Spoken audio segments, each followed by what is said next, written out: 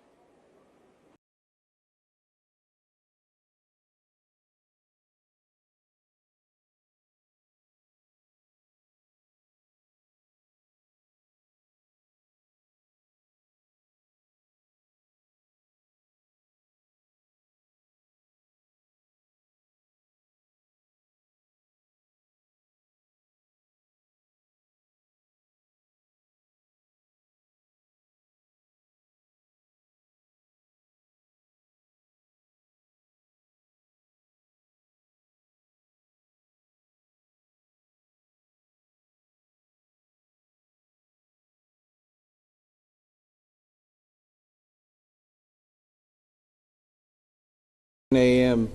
Briefing. Search and rescue operations are ongoing throughout Kerr County. We're using assets from local, state, and national first responders. Hundreds of trained first responders are working every aspect of this emergency. As of 8:30 this morning, we recovered 75 deceased bodies here in Kerr County, including 48 adults and 27 children. Of this 48 adults and 27 children, 15 adults and 9 children are pending identification.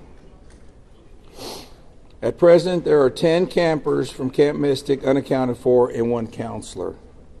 We continue to offer our condolences to those affected. Reuniting the families remain our top priority here on this operation.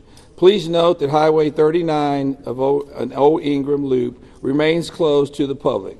Other than those who live in that area would not be allowed out there. I will now turn it over to Senator Cruz. City Manager Dalton Rice. Good morning, Dalton Rice, the City Manager for the City of Kerrville. As everybody knows, we are working in conjunction with the city under a unified command response and again, a lot of devastation. Our hearts go out to the families and the victims. We want to continue to work together as a community. We love the media support on this to be able to communicate that message, communicate family, communicate togetherness, and we really appreciate all the support and helping us be able to do that. Search and rescue, as the sheriff said, search and rescue operations will continue today from Hunt in North Kerr County all the way to Canyon Lake in Comal County. Now, we're only focused on the Kerr County side, but we wanted to talk about that because for a linear from Hunt all the way to Comal County in a straight line distance is over 100 kilometers. This is a massive field that is happening. And again, this is unprecedented flood events. So we are still currently in the primary search phase, which is the rapid one. They are running it, we have different segments that are gridded out. Each one of those segments are taking anywhere between an hour to 3 hours, up to 2 kilometers for each segment. So what that means is they're running into a lot of technical challenges with terrain, with water, even potentially, with weather, in the rising fields. We've talked about this before. Volunteers stay out of the way because if we start getting weather reports and all the other complications that are out there, we then have to pull off of those search and rescue missions to be able to communicate to those volunteers to get off, to make sure that they don't become victims themselves.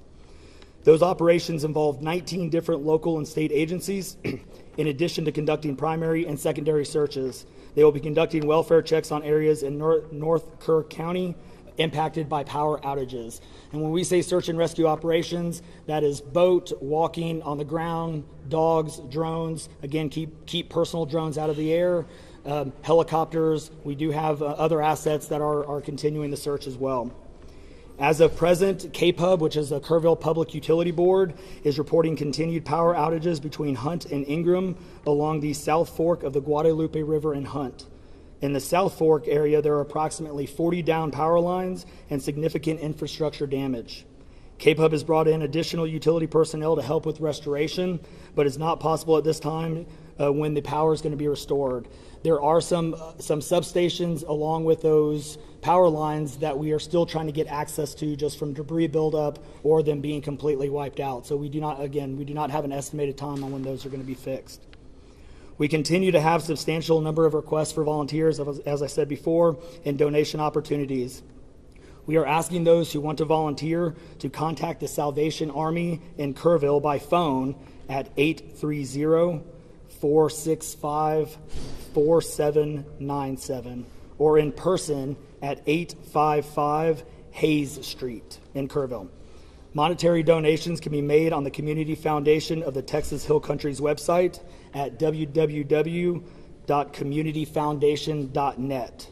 They have a Kerr County Relief Fund set up on that site. And I will now turn it over to the Mayor, Joe Herring. Thank you for being here. I need to tell my community and those families who are waiting, this will be a rough week. Primary search continues, and we remain hopeful every foot, every mile, every bend of the river. Our work continues. You need to know that we have been blessed with help from the community, from the state, and the nation. We have trained experts who are helping in this effort. If you want to volunteer, it is important that you contact Kerrville Salvation Army and register. Dalton gave that number, but I'm going to give it again. 830-465-4797. We need focused and coordinated volunteers, not random people just showing up and doing what they do. We need to work together. As Dalton said, donations have been flowing in from around the world to the Community Foundation. Again, that website is communityfoundation.net. Please follow the City of Kerrville's Facebook page for updates. They're accurate. We take a lot of time to make sure we send out information that will be helpful, not only to residents, but to those who are visiting. I've said this 100 times, and I will say it again. We need your prayers. We need your prayers. Thank you. And now, Senator Ted Cruz.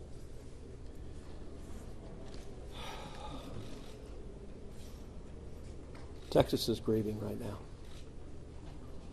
the pain, the shock of what has transpired these last few days has broken the heart of our state. As of yesterday, the confirmed death toll was 82, and those numbers are continuing to go up. The children, the little girls who were lost at Camp Mystic, that's every parent's nightmare. Every mom and dad. Last week, we were picking up our daughter from camp here in Hunt. Our girls have gone to camp here for a decade. The Hill Country is an incredible part of Texas, part of the country. The natural beauty here is incredible. The camps that have raised generations of little girls and little boys and instilled character and love and faith are extraordinary institutions. And I'll tell you, the pain in our state, and it's every part of the state. You've got Texans from all over the state who were here celebrating the 4th of July. A week ago, this was a time of great celebration. You're dropping your little girl off at camp, your little boy off at camp.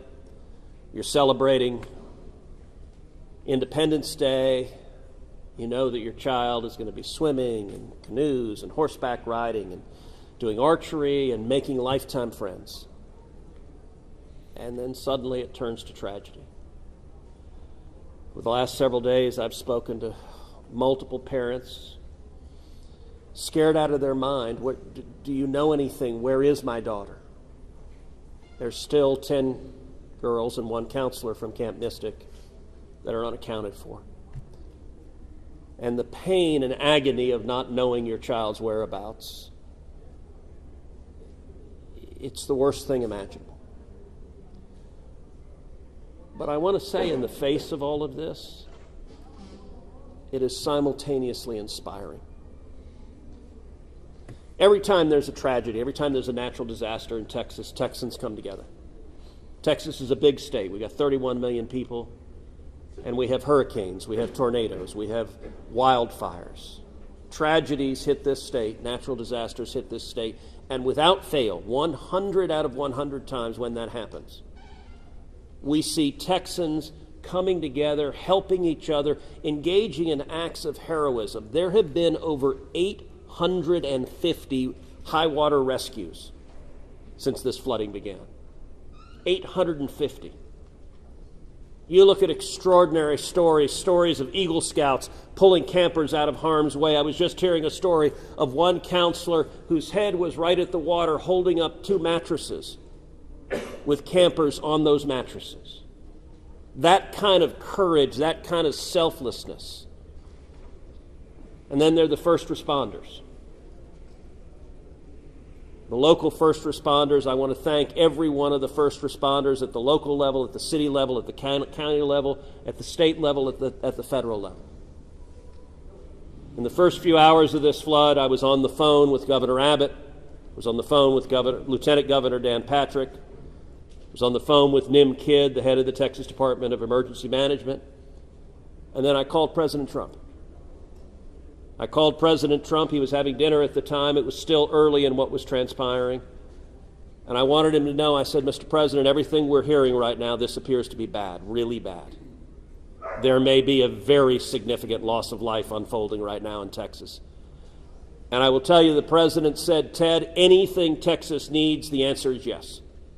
Whatever assets you need, whatever resources you need, yes, let us know, and we will provide everything. Within hours, we had helicopters, over a dozen helicopters in the air. National Guard, DPS, game wardens, Coast Guard, doing search and rescue, reaching down. We've all seen the videos of little girls being pulled up, hoisted out of harm's way. Incredible courage and heroism. Search and rescue is the first stage. But the process of coming together and rebuilding is going to take longer. And I will say to all the grieving families, to all of those who've gotten the worst news imaginable, that your little girl, she's gone.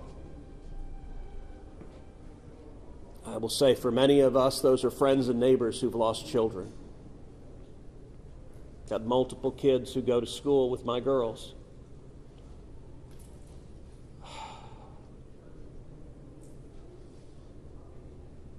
The mayor asked for prayers.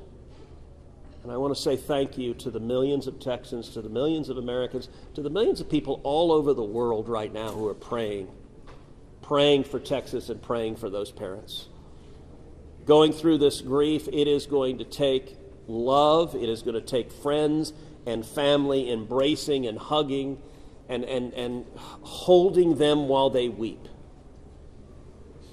And it's going to take the church.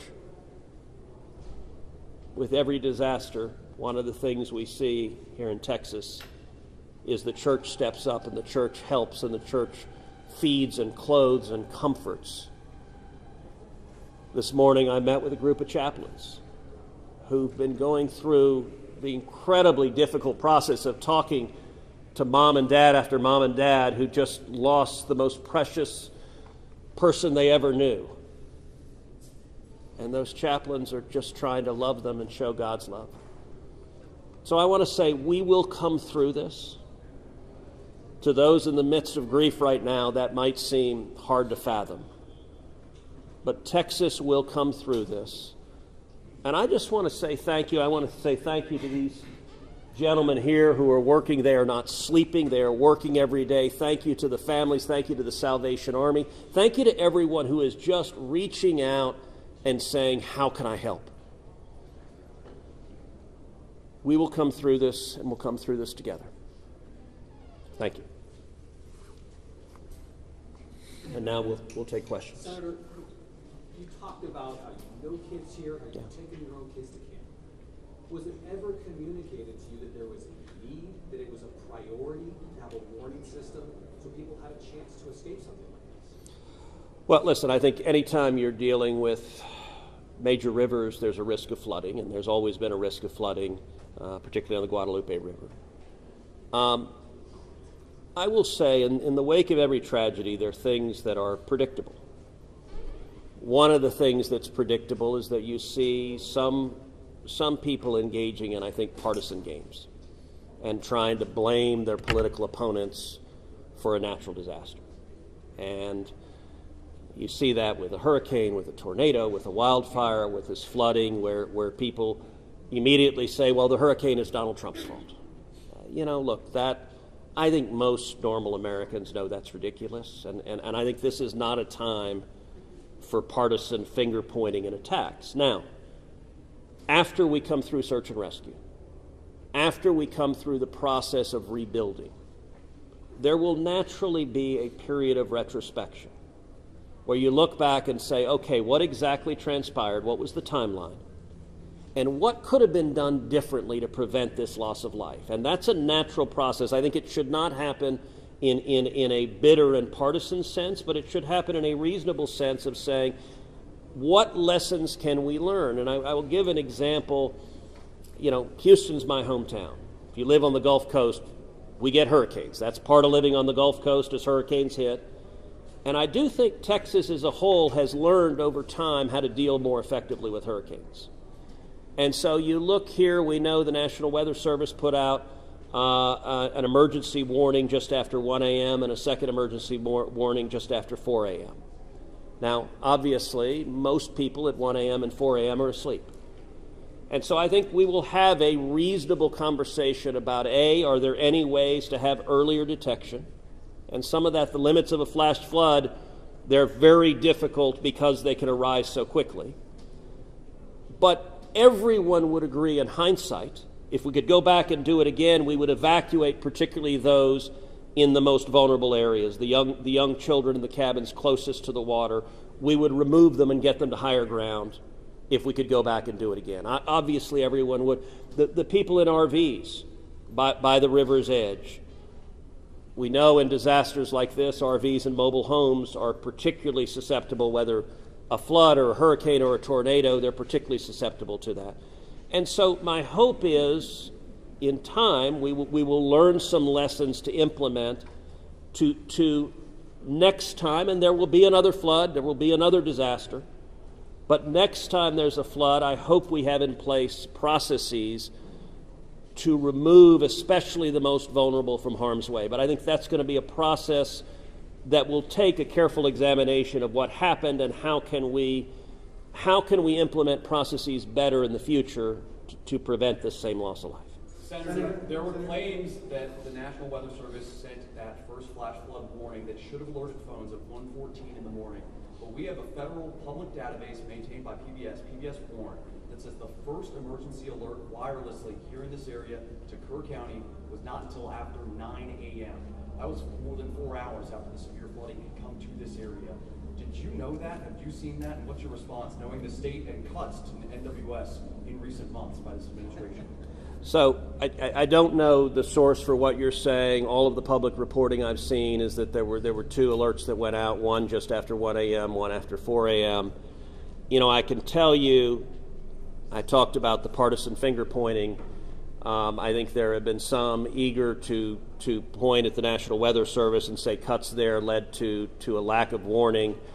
I think that's contradicted by the facts. And if you look at the facts in particular, number one, that these warnings went out hours before the flood became a true emergency level. But number two, the National Weather Service here, New Braunfels is where they were headquartered. They had additional manpower. In fact, they had 3 additional people working that night, anticipating that it was going to be a very dangerous weather situation.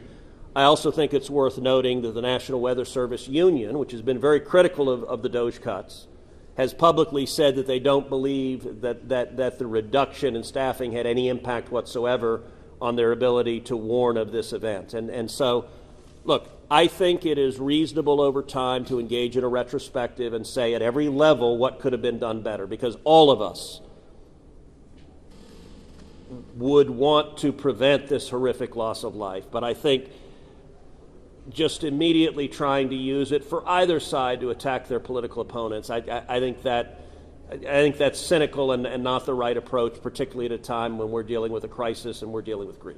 But does this make you question whether there should be cuts at the National Weather Service and FEMA? I know you've been supportive of FEMA. Look, I am very supportive of FEMA. I'm very supportive of the National Weather Service. They both perform essential roles, and I think it is critical at every federal agency, particularly when you're dealing with public safety, that we make sure that critical roles are maintained. That's a longer and broader discussion, but as I said, everything from the public evidence indicates that was not a contributing factor to what occurred here. Is it possible to get Dalton in just to talk about that and the National Weather Service alerts? Because there were escalating forecasts throughout the day from the National Weather Service. What did the emergency managers of the county and other local officials do with that information starting at 1:15 and onward, where you had the dire river forecast at 6:30?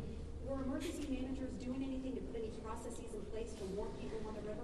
So overall, we were preparing for the July 4th, weekend. So we had National EMR on site. We were, basically stood up kind of a incident command post, if you will, to prepare for that event. So everybody was kind of up looking at weather. We looked at the weather before. When you looked at the National Weather Service, flood map, it spanned all the way from the west side of Texas, with Kerr County kind of being in that upper northeast corner of it. And so everybody, including the National Weather Service, was looking at where's the rain going to hit. We know it's somewhere in here, but with rain, especially when you're dealing with terrain, you got to figure out. Sometimes you don't know until it falls. So once it starts falling, then you got to figure out, okay, how's the watershed going to do this? How's the science going to work? And when you had that north and south fork that we had talked about before, it all converged into one. We do know that a lot of the camps were looking at this just as much as everybody was. With the rainfall percentages, even the National Weather Service had looked at, and don't quote me on the numbers, but it was anywhere between 1 to 7 inches. We got significantly over that. And again, when it goes into very congregated areas and how that watershed shifts into the rivers, that impacts things. And so the camps, obviously, we've heard stories where campers were getting up. They were up at 3:30 in the morning. They were trying to move to higher ground. That's the and the other interesting part of the terrain, and we've talked to UGRA folks as well. This is the headwaters of the Guadalupe. This is the beginning. This is where everything forms when it comes into the North and South Fork. And so So as those things develop, it develops very rapidly, very quickly, and this rose very quickly in a very short amount of time. And so those campers that were able to do that, it worked. You know, there's been the other question, and I'll just give this one out. Evacuations. Well, why don't we evacuate? Well, evacuation is a delicate balance, because if you evacuate too late, you then risk putting buses, you know, or cars or vehicles or campers on roads into low water areas trying to get them out, which then can make it even more challenging, because these flash floods happen very quickly. That's what. And so we saw that in 1987, but was there any discussion about evacuating earlier when it wasn't too late? Was there any discussion about that among the officials? So, repeat your question. Was there any discussion to evacuate or activate any emergency plans before it was too late, where it would be very dangerous like that? Well, so again, just like disasters in Texas everywhere, you know, it's very tough to make those calls, because what we also don't want to do is cry wolf. You know, we don't want to make sure that we activate it at the right time. It is very difficult, very challenging, especially with this. We're looking at 100 kilometers, right? That's a big straight line distance. That's not even along the river. These areas take a lot of time to get out to. So even when first responders were on the ground at 3:30 in the morning, and we had reports, we had first responders that were getting swept away, actually responding to the first areas of rainfall. That's how quick it happened. First responders who have experience, who are Swiftwater qualified, were driving to as soon as the rain started falling, were driving to these areas, and one of them got swept off the road. So what had been done? Between 1 and 4 a.m. from local law enforcement to the camp, saying, I know you can't get buses in an hour, but was there anyone telling the camp between 1 and 4 a.m. you need to get the girls to higher ground at the very least, even if they have to walk up there in the rain, as many of them actually ended up doing? Was there any communication from local law enforcement to anyone at that camp between 1 and 4 a.m.? That I don't know off the top of my head. What I do know, though, is, you know, there's 55,000 people in Kerr County. Kerr County is a massive, massive area. From here to those camps is 45 minutes on a good day. And so, you know, obviously one of the big challenges that we have, even when you have cell service, a lot of those areas don't even have cell service. Radio communications towers, you know, radio towers within the hill country, it becomes very challenging. So there's a lot of areas, especially when weather comes in, where cellular towers are down or you already have bad service. So there's a lot of factors that play and a lot of variables in there on communication that, again, I think as we work through this process, we know everybody has a lot of questions regarding what are the next steps and what's next. And I think all of these things, these are all great questions. And as we continue search and rescue and as we continue to move to the next step, we definitely want to dive in and look at all of those things, from cell service tower to, you know, to radio communications, you know, or emergency alerting. Any of those things, I think we all really need to take a look at and review. And we're looking forward to doing that once we can get the search and rescue and stuff complete. In regards to the total number of, before I say anything else, I just want to say thank you to you, all the first responders, everyone involved. We've been praying. Thank you. The community's been praying. The media's been praying. Thank you guys for doing that. I've got two questions. One for you, trying to get an accurate count on number of missing. I know you can't. I know we don't know we don't know what we don't know. Yes. But do we know a rough idea on total estimates that are still missing overall throughout the county? And then one other follow-up. This may be for Senator Cruz. A lot of speculations being made about this being somehow man involved with the weather modification, with some of the rainmaker technology, working with farmland. Do you think any of that, is there going to be any investigations into that, or can you communicate anything on that? Let me answer your first question. I'm definitely turning that second one over to him. So on the first question, with missing persons, so obviously we have the knowns, the can't miss it kids, which is the numbers coming down as the sheriff has stated, and then we have the unknowns. But we don't know what we don't know. We actually have a 5 hotline line.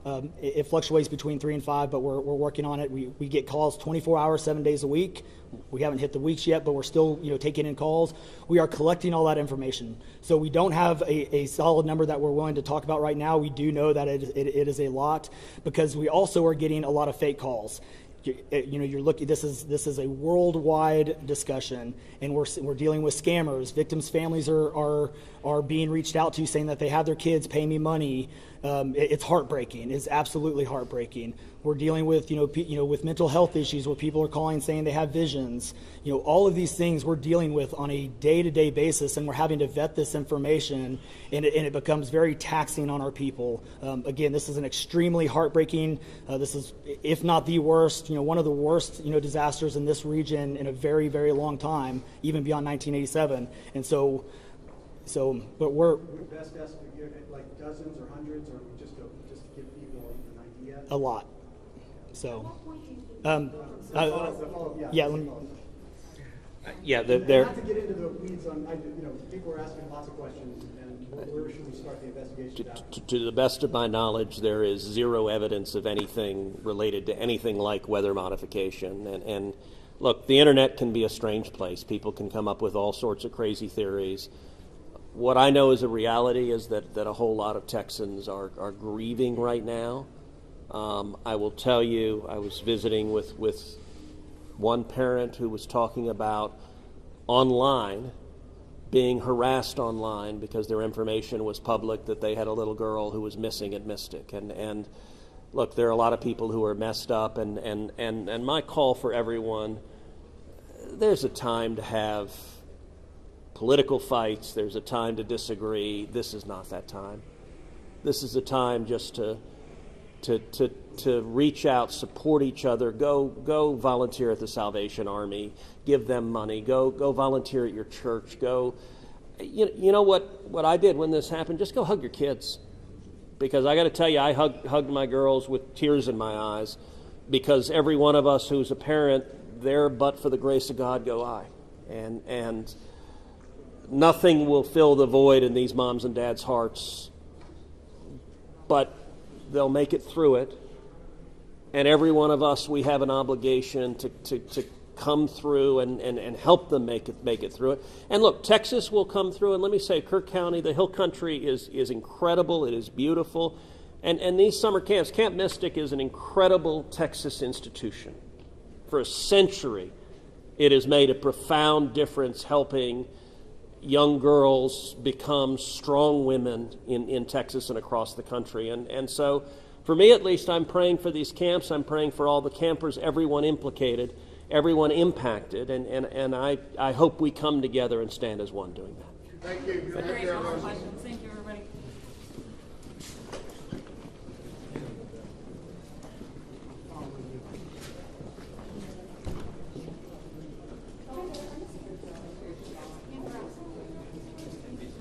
Hey, good morning, folks.